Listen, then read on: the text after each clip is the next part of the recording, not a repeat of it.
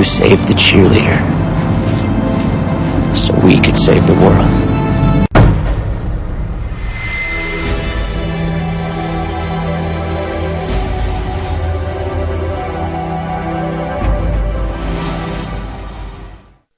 And welcome back, everybody, to another audio edition of Watching the Eclipse. I am your host, Brant Fowler, and I'm also, of course, the writer of the written column over on ComicRelated.com.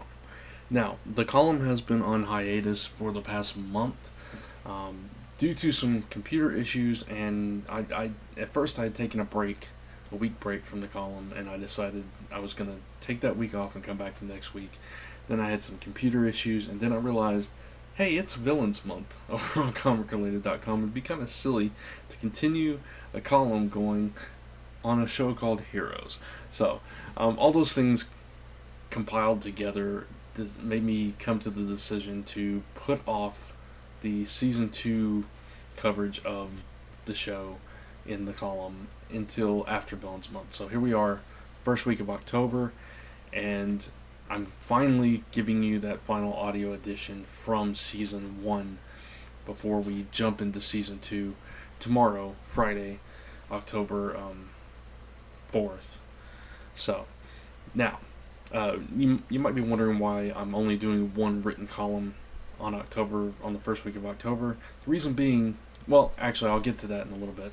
First, we need to kind of recap Season 1, because it's been a few weeks. If you've been following along with the column, just to refresh your memory, we ended things with, of course, the final 5 episodes of Season 1, and those episodes are 0.07%, 5 Years Gone, The Hard Part, Landslide, and How to Stop an Exploding Man. Now, all that came to the culmination of the season finale, where all the heroes converged in one spot at the I'm blanking on what the place is called, the plaza, Kirby Plaza. Jeez, I can't believe I forgot that. The Kirby Plaza, downtown New York, as they all converged there and were fighting against Sylar. And you had Peter fighting against Sylar, and you had Claire trying to help him, and you had HRG was there. Hero gets teleported away as he's after he fulfills his destiny and impales Sylar, as the painting that he saw predicted, or not the painting, but the comic that Isaac made and sent into the future. Excuse me. So, I know I'm throwing a lot of information at you, but I'm just kind of trying to wrap this up very quickly. Just to give the highlights of these particular episodes in 0.07%. Linderman shows Nathan the paintings of Isaac, showing him as president, all that stuff, and Linderman and his crew take Micah.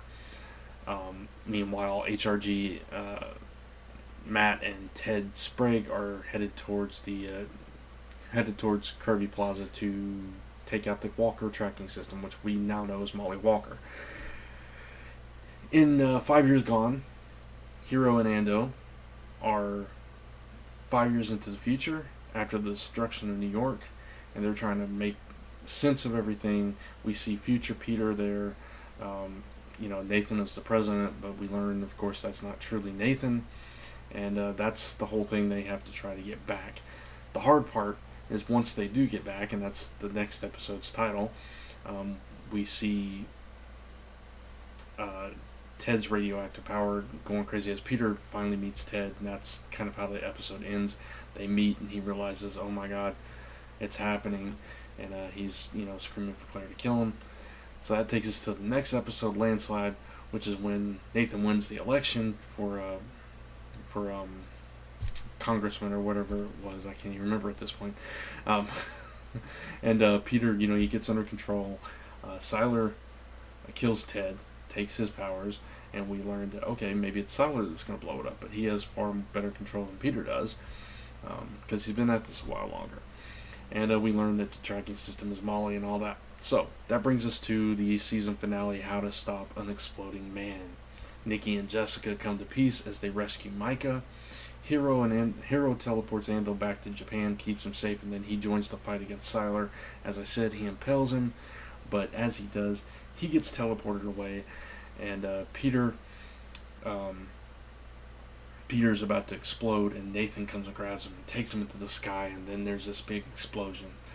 As that chapter ends, we see the beginning of the chapter in 1671 Japan as Hiro has teleported there, and that is where things are left off to take us into the next season. Now, the interesting thing about Season 2 is that Season 2, for a lot of people, is where the show kind of fell off. And in my opinion, there's a good reason for that. It's because during Season 2, there was the writer's strike. And because of that, Hollywood kind of shut down, and the Writers Guild and all that. It kind of shut down, and it affected Hiros a great deal. It resulted in Hiros Season 2 only having 11 episodes, because if I remember correctly, because it's been a long time and the details are kind of fuzzy on the whole strike issue, but if I recall correctly, they were producing the episodes, then the strike happened, and then they had to stop production altogether. And by the time that all got wrapped up, instead of going into a late Season 2, they just decided to launch right into Season 3. And Season 2 kind of suffered because of that, and then the direction from the whole show from that point on was a little bit shaky. Some people, like myself, feel like it got back on track at some point. Others feel like it just was lost and struggling ever since then, and it's unfortunate. Obviously the writer's strike was for a good cause, but at the same time it hurt all the viewers and hurt the shows that they were following, and it kind of left us with a lackluster Season 2 that kind of tainted the show from that point forward.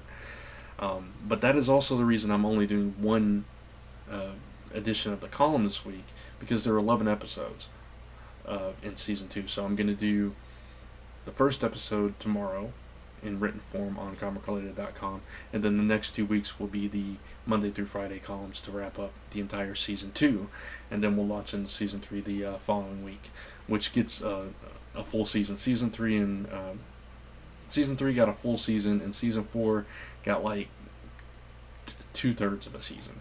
So, and then that's where the show ends. So we'll pick it back up starting tomorrow with Season 2. Kind of excited to get all into it. Going back to Season 1 for a minute, because that is what we're talking about here, obviously. Just to give you a few details and everything. Critical reception, which I talked about, after the first few episodes, was very strong at first. The American Film Institute actually named Hiros one of the 10 best television programs of the year during that first year. The Chicago Sun-Times said the show's super strengths are its well-developed filmmaking, a smooth pacing, and a perfect cast. It views like the first hour of a fun, thoughtful movie. And the Hollywood Reporter said Hiros is one of TV's most imaginative creations and might, with luck, become this year's Lost. And that is exactly where it was headed until the whole Season 2 debacle that I just mentioned. The pilot episode of Hiros gained 14.3 million viewers. The highest episode of the season got 16.03 million viewers, and that was episode 9, when the series returned from hiatus over the winter break. And the lowest was actually the part 1 of the 3-part finale, the hard part, which still gained 11.14 million viewers. So the show was doing very well. It got tons of awards and nominations. The Writers Guild of America nominated the program for Best New Series of 2007. It was nominated for a Golden Globe Award. Masaya Oka, playing Hiro Nakamura, was nominated for Best Supporting Actor on a TV series. It won the award for Favorite New TV Drama at the 33rd People's Choice Awards. It was nominated for several other awards, won several others as well, and it got 8 nominations for the 2007 Emmy Awards. So yeah, it was doing well. The DVDs, the first DVD of it was a sampler disc. It contained only the first episode, and it was released in the UK and Ireland. And then the UK region split Hiros into two halves on its original release. Part 1 being released in October, the second part in December. Just a few details I'm throwing out there that really mean nothing to you right now. So anyway, so yeah, it was very well received at the time. But that season 2, which we're gonna get into, and I'm gonna be critical. I'm gonna try to look at it with a very critical eye, because I was one of those few people that enjoyed the series from start to finish. I never felt off of it. I kept watching until the very end. So upon my second full watching here, that I'm gonna start actually tonight with that first episode, so it's fresh in my mind when I write the column. Yeah, I'm gonna keep a very critical eye and try to point out all the flaws and all the strengths, and see if my opinion stays the same, or if after hearing all this and knowing how the show came to an end and how all this drama about the show kind of falling off, if that all affects my opinion of the show. But we'll see. First season was phenomenal. I think most people would agree. You know, early fans of the show and people that stopped watching after that season, I think everybody would agree that first season was, to use a term that Hiros uses all the time, extraordinary. And it did show us very in-depth characters and great, great storytelling, great filmmaking with with a TV budget, the things that they were able to do. They took superhero drama to another level that we hadn't seen on TV at that point, up to that point so far. So it was a winner. It was a hit, and I thoroughly enjoyed it. I hope you enjoyed it, and I hope you enjoyed my coverage of the whole first season through the written and audio versions of the column. And I hope you stick with me for season 2 and beyond. So until tomorrow with the written column, and until next Saturday, because obviously I'm not going to do another audio one right after the first episode. Until next Saturday, take care everybody, and stay extraordinary.